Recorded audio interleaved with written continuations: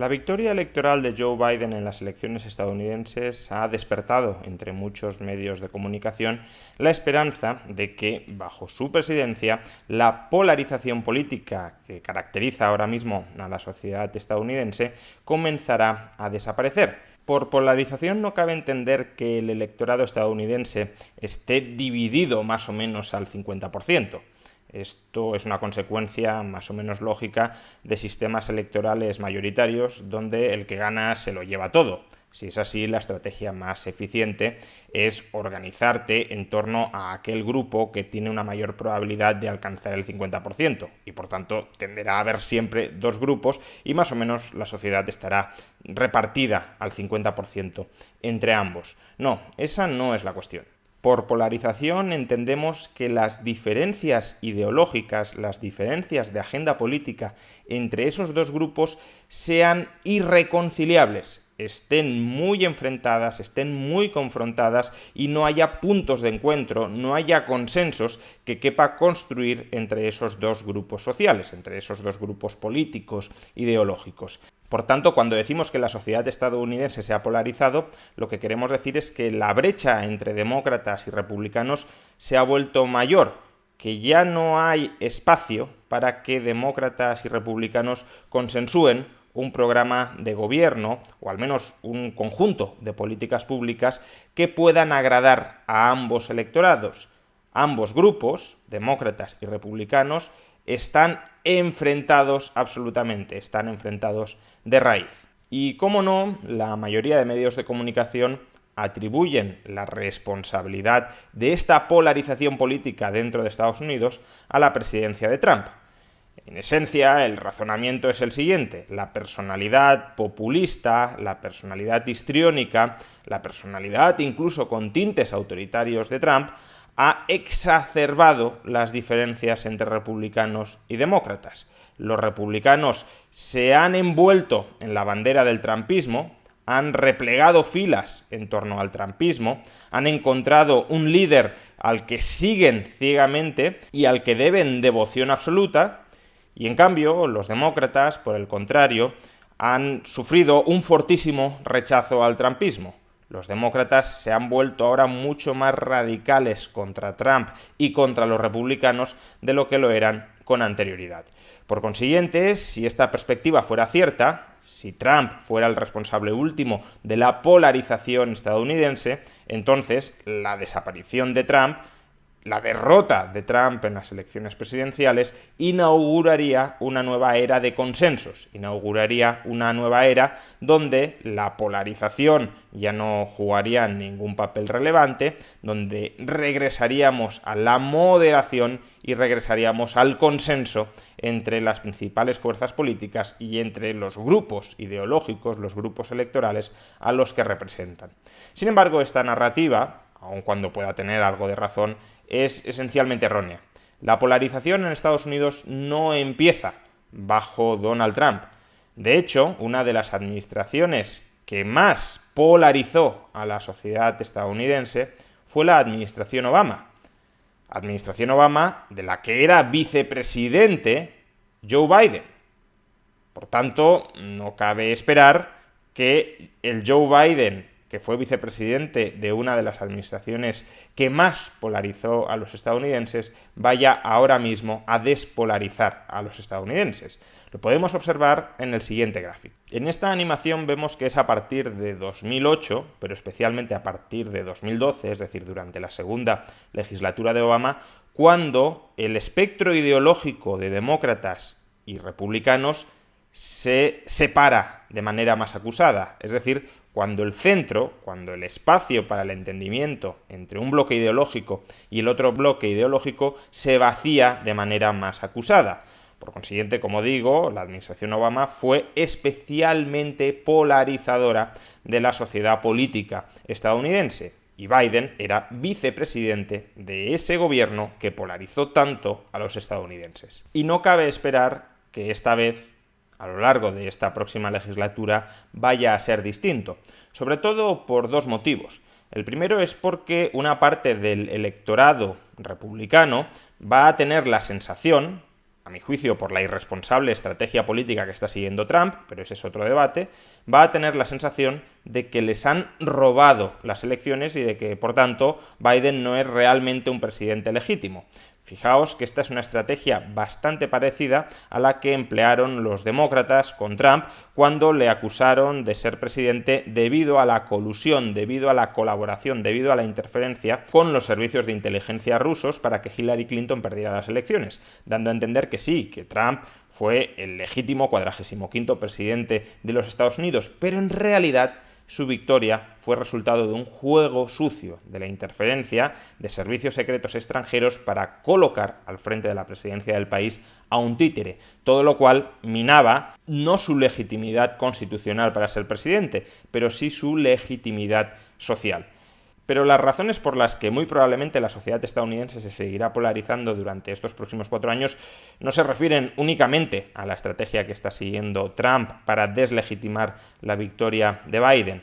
Hay otra causa que seguirá polarizando la sociedad estadounidense y que a mi juicio es la causa fundamental. Y es que Biden es el candidato demócrata, el presidente demócrata, más escorado a la izquierda de todos los presidentes demócratas de la historia. Por tanto, Biden no va a aplicar un programa moderado o no va a intentar aplicar un programa moderado, no va a intentar construir consensos ideológicos con el electorado republicano, que está bastante escorado a la derecha, como el demócrata lo está a la izquierda. No, Biden, en su programa electoral, como digo, lleva propuestas muy de izquierdas para el electorado republicano de Estados Unidos. Y por tanto, ese electorado republicano se va a sentir lógicamente atacado por las propuestas que va a intentar desplegar Joe Biden. Y como se sentirá atacado, va a intentar resistir social y políticamente la apisonadora regulatoria que va a intentar desplegar Biden. Recordemos, si no, el Tea Party contra Obama. El Tea Party fue una movilización social contra las políticas de izquierdas, contra las políticas intervencionistas que estaba intentando desplegar Obama durante su primer mandato. El Tea Party fue la reacción a un programa electoral que claramente estaba sesgado hacia un polo, la izquierda, de la sociedad estadounidense, y por tanto el otro polo intentó organizarse para plantar batalla ideológica a esas políticas que se estaban tratando de desplegar desde la administración estadounidense. Y esto es muy probable que vuelva a suceder durante los próximos 4 años. Ahora bien, cuando eso suceda, y este será el gran cambio con respecto a estos 4 años de Donald Trump,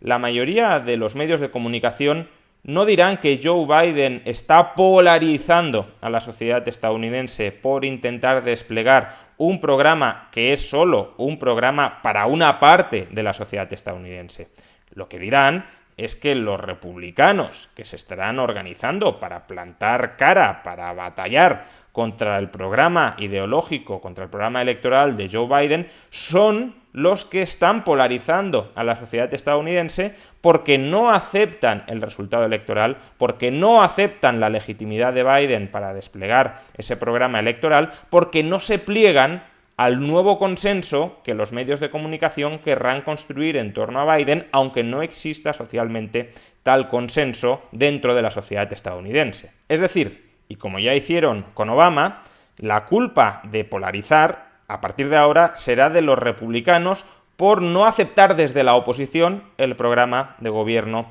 de los demócratas. Si no estás de acuerdo conmigo, si no aceptas mis propuestas electorales, si no compras mi mercancía ideológica, entonces eres tú el que está polarizando, aunque sea yo quien te esté intentando imponer todo esto. Por esa misma regla de 3, claramente durante los últimos 4 años podríamos haber dicho que quienes han polarizado la sociedad estadounidense han sido los demócratas desde la oposición por no aceptar el programa de gobierno de Donald Trump. Al final, la culpa siempre es de los republicanos, si están en el gobierno por desplegar propuestas polarizadoras y si están en la oposición por no aceptar las propuestas de consenso, de falso consenso, también polarizadoras, pero del otro polo, de los demócratas. Y esto creo que nos lleva a la auténtica cuestión de fondo. La responsabilidad de la polarización no es exclusiva de demócratas o no es exclusiva de republicanos. La responsabilidad última de la polarización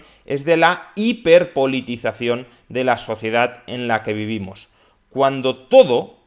aspecto de nuestras vidas se convierte en una cuestión política, entonces, por necesidad, la sociedad se polariza. Cuando el gobierno pretende dictarnos qué debemos pensar, cómo debemos expresarnos, cómo debemos comportarnos, qué queremos leer, cómo debemos educar a nuestros hijos, o, en definitiva, cómo debemos vivir cada uno de los aspectos de nuestras vidas, entonces es lógico que cuando una determinada administración política, cuando un determinado gobierno con un determinado sesgo ideológico intente imponernos su agenda ideológica, su agenda política, aquellos ciudadanos cuyas preferencias personales no coincidan con esa agenda política que se les intenta imponer, se organicen para rebelarse, para protestar, para resistir contra esa agenda política absolutamente ajena a su concepción de la buena vida que se les está intentando imponer desde arriba. Y claro, esa resistencia se tenderá a organizar en forma de bandos y cada bando tenderá a ver al otro bando como un enemigo al que resulta absolutamente existencial derrotar, porque ese enemigo le pretende imponer su modo de vida y por tanto le pretende impedir vivir su propia vida como cada uno de nosotros la deseamos vivir. Es la política la que nos convierte en enemigos los unos de los otros y los otros de los unos. Es la política la que aparentemente legitima a unos individuos para cercenar las libertades de otros individuos y a esos otros individuos a cercenar las libertades de los primeros. Y cuando eso sucede, cuando la política pretende gobernar todos los aspectos de nuestra vida, como digo, evidentemente aquellos que se ven perjudicados por una determinada agenda política se van a intentar organizar para resistirse frente a ella y para tomar el poder e imponer su propia agenda política. Porque si ha de haber una agenda política que se imponga sobre todos, cada grupo preferirá evidentemente que sea la suya. En definitiva, para despolarizar hay que despolitizar. Hay que volver a relegar la política a asuntos grises, a asuntos irrelevantes, a asuntos que los ciudadanos consideren intrascendentes para su día a día, para su propia vida. Por ejemplo, la diplomacia o la política exterior, que no digo que no sea importante como asunto de Estado, pero que desde luego queda muy alejada de las preocupaciones cotidianas de la inmensa mayoría de los ciudadanos. Ahora bien, cuando la política, insisto, se ocupa, pretende regular, pretende planificar, pretende controlar cada pequeño aspecto de las existencias humanas, entonces evidentemente los seres humanos van a protestar, van a rebelarse, van a resistir y van a intentar controlar la política, al menos para que no la controlen sus enemigos, los del otro bando, y se les imponga desde la política un modo de vida con el que no concuerdan en absoluto.